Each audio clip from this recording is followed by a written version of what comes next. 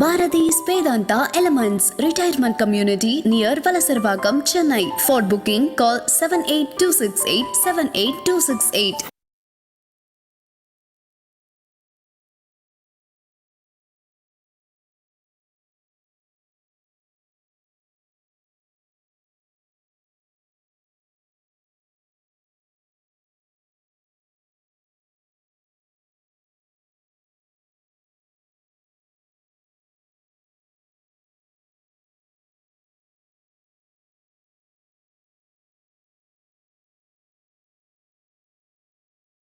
மகா பெரியவா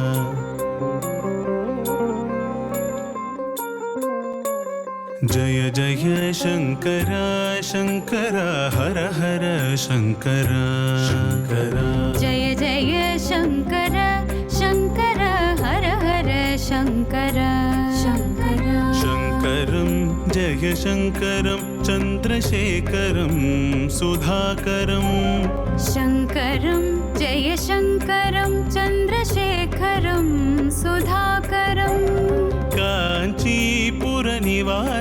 भुवनरक्षितं कृपाकरं काञ्चीपुरनिवासं भुवनरक्षितं कृपाकरं काञ्चनाम्बरभूषणम्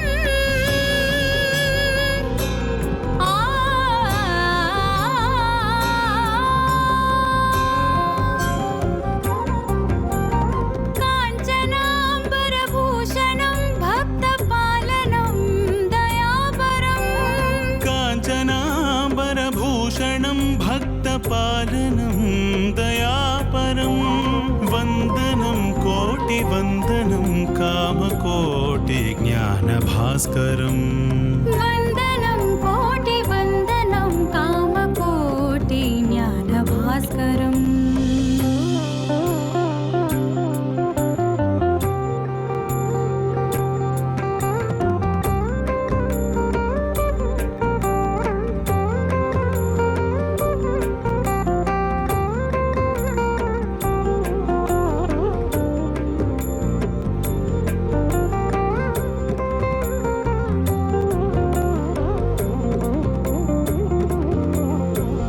जय जय शंकर शंकर हर हर शंकर जय जय शंकर शंकर हर हर शंकर जय जय शंकर हर हर शंकर जय जय शंकर हर हर शंकर शाम्भवं शिव शाम्भवं भस्मभूषणयोगिनं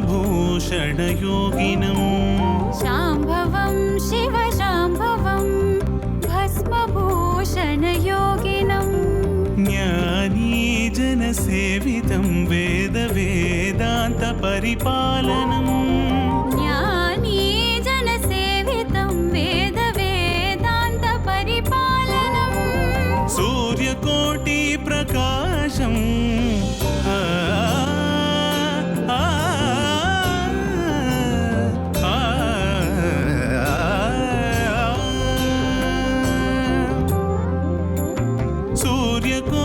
सूर्यकोटिप्रकाशं शङ्करेन्द्र प्रभाकरम् सूर्यकोटिप्रकाशं शङ्करेन्द्र प्रभाकरं वन्दनं कोटिवन्दनं कामकोटिज्ञानभास्करम् वन्दनं कोटिवन्दनं कामकोटिज्ञानभास्करम् जय जय शङ्कर शङ्कर हर हर शङ्कर जय जय शङ्कर शङ्कर हर हर शङ्कर शङ्कर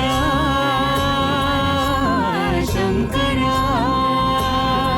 चन्द्रशेखर आदिशङ्कर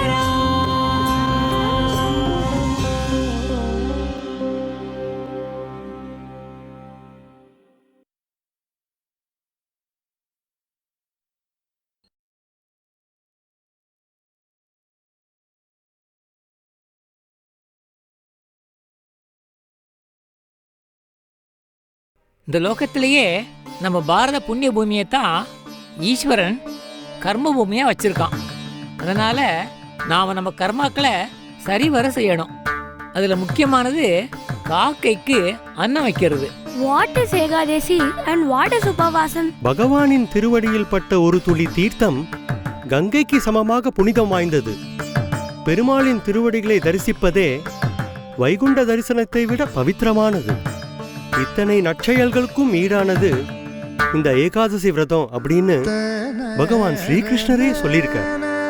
அத்திம்பேர், எந்த டாபிக்கை பத்தி நம்ம பேசினாலும் கொள்ளு தாத்தா இத பத்தி மகா பெரியவா விரிவா சொல்லியிருக்கா அப்படின்னு சொல்லுவாளே. இந்த ஏகாதசிய பத்தி மகா பெரியவா விரிவா சொன்னதை பத்தி இப்ப நம்ம தெரிஞ்சுக்கலாமா?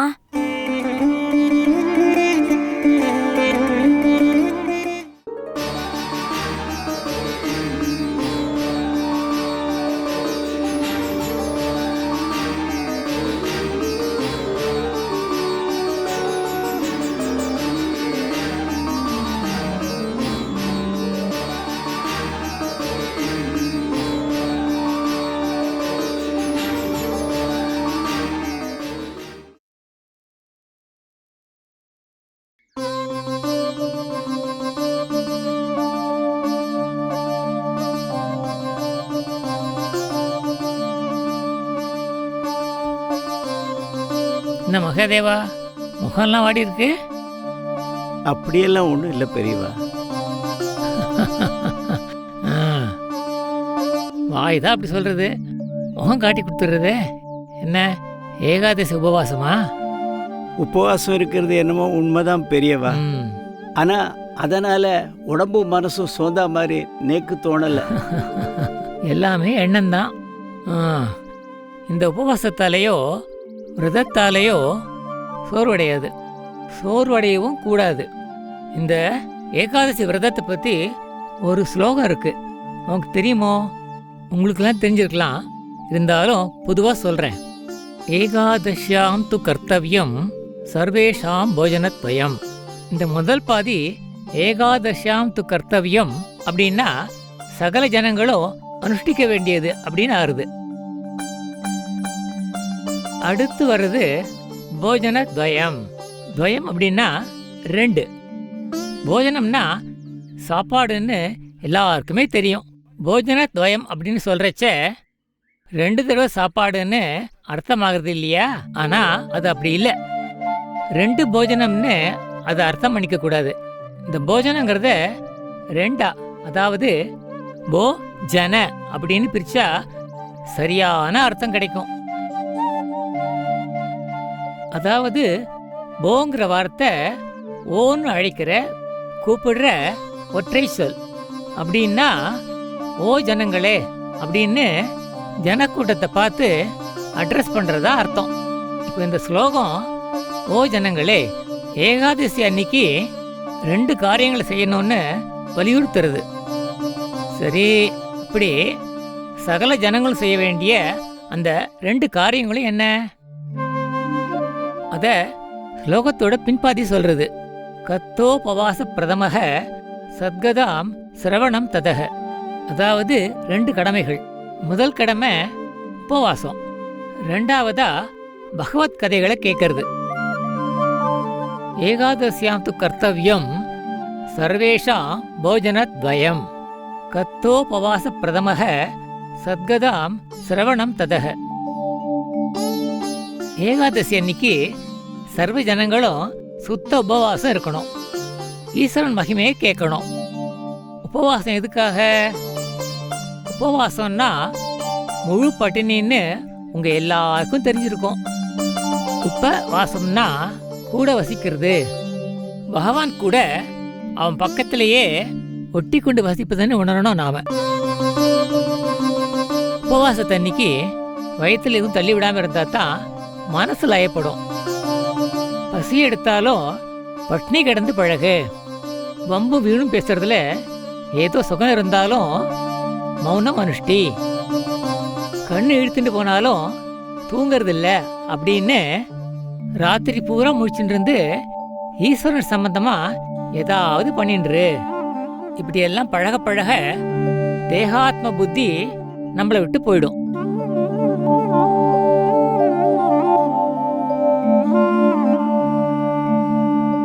சரீரம் எப்படி ஆனாலும் சித்தம் பரமாத்மாவோட நிற்கும். இப்போல இருந்து இதை பழகிக்கலன்னா மரண வேதனைன்னு சொல்லுவாளே, அந்த பெரிய இம்சை சரீரத்துக்கு வரும்போது மனசை எப்படி பரமாத்மாட்ட செலுத்த முடியும்? ஜீவிக்கிறதுக்கு சாப்பாடு அவசியம்தான், இல்லாட்டா உயிர் போயிடும். ஆனா சாப்பாடு கொஞ்சம் ஜாஸ்தி ஆயிட்டாலும் உடம்புக்கு வியாதி வெக்கைகள் வந்துடும். ஆரோக்கியத்திற்கு ஆதாரமான ஆகாரமே லிமிட்டை தாண்டிட்டா நோய்க்கு காரணமாயிடுறது. மெஷின்கள் கூட விடாம வேலை செஞ்சிருந்தா கெட்டு போயிடுறது. அதனாலதான் அப்பப்போ அதுக்கு ரெஸ்ட் கொடுக்குறா. இப்படி வயத்துக்கு ரெஸ்ட் கொடுத்தா ஆரோக்கியத்துக்கு ரொம்பவே நல்லது. லங்கனம் அப்படின்னா பட்டினின்னு தெரியும் இல்லையா? லங்கனம் பரம் ஔஷதம் அப்படின்னு ஒரு பழமொழி இருக்கு. அதுக்கு தாண்டுவது அப்படின்னு இன்னொரு அர்த்தமும் உண்டு. ஒருவேளை சாப்பாடு இல்லாம அது தாண்டி போயிட்டா ஸ்கிப்பிங் எ மீல் அப்படின்னு சொல்றாளே, அதுக்கு பேர் தான் லங்கனம். சாஸ்திரங்கள் விரத உபவாசங்களை அனுஷ்டிக்க சொல்றது.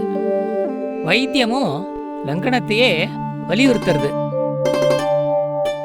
வைத்திய சாஸ்திரத்துல சொல்ற லங்கனத்தை பத்தி மத நூல்கள்லயும் குறிப்புகள் இருக்கு. திருவள்ளுவரும் இதை பத்தி சொல்லியிருக்கார். ஒருவேளை 2 வேளை சாப்பிடாம இருந்தா தானே வயத்துல ஏற்கனவே போட்டது ஜீரணமாயிருக்கா இல்லையா அப்படின்னு தெரிஞ்சுக்க முடியும். இப்படி ஏற்கனவே சாப்பிட்டது முழுசும் ஜெரிச்சு போனதை தெளிவா தெரிஞ்சினதுக்கு அப்புறம் ஒருத்த மறுபடியும் சாப்பிட்டான்னா அவன் உடம்புக்கு மருந்து எதுவும் தேவையில்லை அப்படின்னு திருவள்ளுவரே சொல்றார். மருந்தன வேண்டாவாம் யாக்கைக்கு அருந்தியது அற்றது போற்றி உணின். உணவுல தான் ஆரோக்கியம் நாம நினைச்சாலும் வியாதிக்கும் அதுதான் முதல் தோழன். இப்படி சரீர ரீதியில ஆரோக்கியத்துக்கு நன்மை செய்யற பட்டினியே அதை விட ஆத்ம சம்பந்தமா நல்லது செய்யறது. ஆகாரங்கள்ல பல வகை உணவுகள் புஷ்டி தந்தாலும் அவை மனசை கெடுக்கிறதா தான் இருக்கு. சாத்வீக உணவை சாப்பிட்டாலும் கூட உடம்புக்குள்ள கெட்டியான சாப்பாடு வயிற்றுல போய் விழுந்தா அது மனசை மேலே கிளம்ப விடாம கிணமா கீழே இழுத்துட்டு தான் இருக்கும். இதனாலதான் நடுநடுல சுத்த பட்னி நல்லதுன்னு விதிச்சிருக்கு. பட்னி கிடக்கிற போது மனசு பரமாத்மிகமாகவும் பகவத் சிந்தனையாகவும் இருக்கிற தன்மையை உண்டாக்குறது. இதனாலதான் பகவத் ஸ்மரணம் விசேஷமா இருக்கிற தினங்கள்ல முழு உபவாசமோ இல்ல ஒரு பொழுதோ உண்ணலான்னு இருக்கு.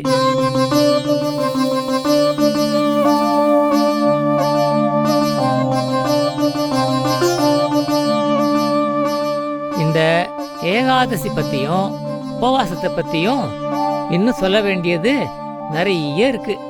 அத நாளைக்கு தொடரலாமா? நாராயண நாராயண நாராயண.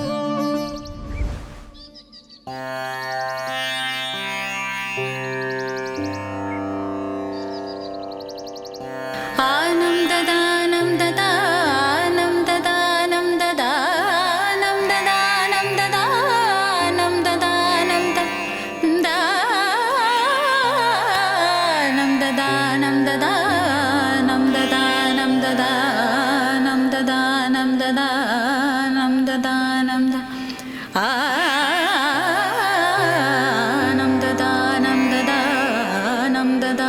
ததானம் ததானம் ததானம்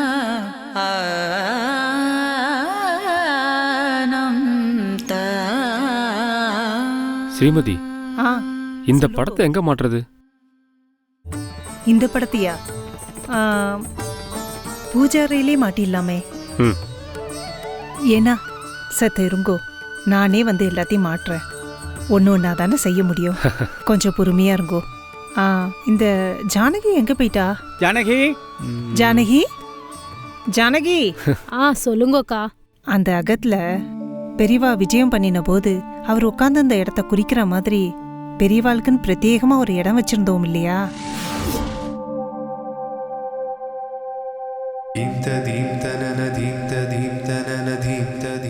அதே மாதிரி இந்த அகத்துல வா ஜானகி என் கூட.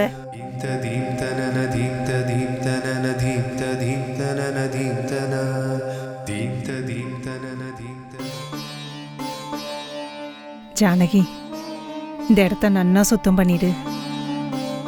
அந்த அகத்துல எப்படி பெரியவாளை வச்சிருந்தோமோ அதே மாதிரி பெரியவா இங்க இருக்கணும். ஸ்ரீமதி, அப்பலேருந்து நான் குறுக்குன்னு எடுக்குமா நடந்துட்டு இருக்கேன். நான் ஏதாவது ஹெல்ப் பண்ணட்டுமா? ம், நீங்க அந்த சோஃபா அடுத்த ரூம்ல கொண்டு போய் வைக்கவா? வேண்டாம் வேண்டாம், பேசாம அந்த சோஃபால உட்காருங்கோ.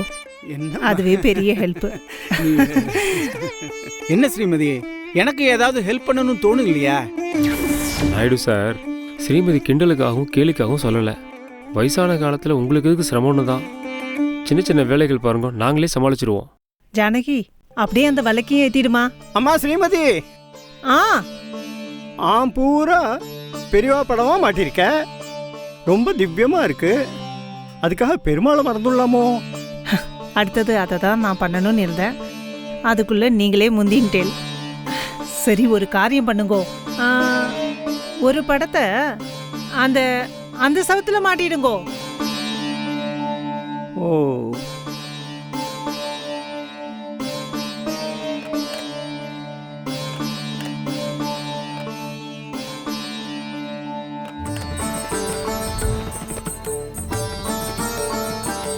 அடுத்த படத்தை அதோ அந்த கதவு இருக்கு இல்லையா, அங்க மாட்டிடுங்கோ.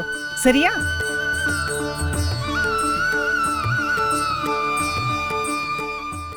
வரதாச்சாரி, வரதாச்சாரி, வரதாச்சாரி. இதை பிடிச்சிக்கோங்க நாயுடு சார். வாங்க வாங்க, நானும் ஸ்ரீமதி உங்களை எதிர்பார்த்துட்டே இருந்தோம். உள்ள வாங்க.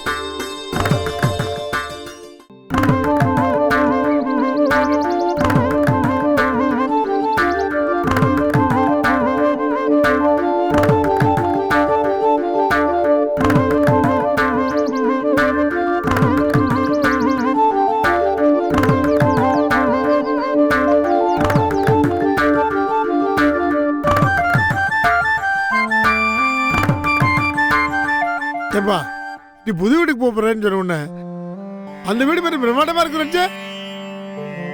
என்னது இது? கிரில்லு, ஓட்ட ஓட சார், அர்த்த பைசா இருக்கேப்பா. ஸ்ரீனிவாசன் சார், நான் அன்னைக்கு சொன்னதை நீங்க சரியா காதுல வாங்கிக்கலன்னு நினைக்கிறேன். புது இடத்துக்கு போறோம்னு சொன்னேனே தவிர புது அகத்துக்குன்னு சொல்லலையே. இது எங்களுக்கு புது இடம் இல்லையா? அது புரியுதுமா. இந்த வீட்டை ஏன் செலக்ட் பண்ண? வேற நல்ல வீடே உங்களுக்கு கிடைக்கலையா? ஓட்ட ஓடசல் இல்ல சார், அதுல ஒரு பின்னணி இருக்கு. அதென்ன பின்னணி முன்னணி கூட்டணி இந்த பழைய வீட்டுக்கு வரதுக்கு? சார், அவர் சொல்ற மாதிரி இந்த அகத்துக்கு நாங்கள் குடி வரத்துக்கு ஒரு பிரதான காரணம் இருக்கு. இதுக்கு முன்னாடி இதே மாதிரி ஒரு சம்பவம் நடந்திருக்கு. ஸ்ரீமடத்திலேருந்து திடீர்னு அழைப்பு வந்தது, பால பெரிவாள்கிட்டேருந்து. ஏன், எதுக்கு, என்னன்னு எங்களுக்கு ஒண்ணுமே புரியல. உடனே புறப்பட்டு போனோம். பால பெரிவாளை தரிசனம் பண்ணினோம்.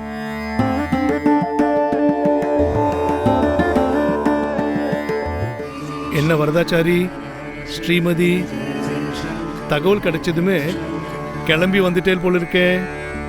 இங்க 1-2 நாள் தங்க முடியுமா, இல்ல இன்னைக்கே கிளம்பணுமா?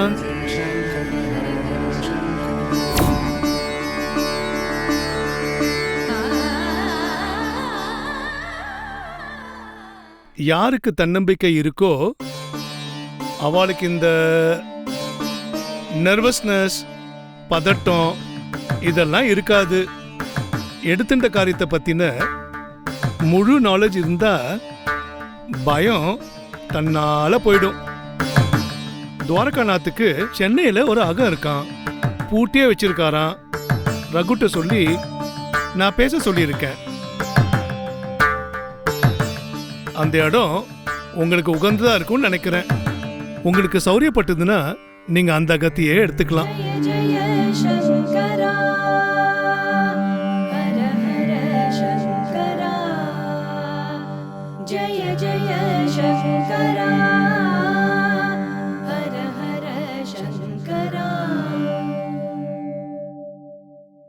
மகா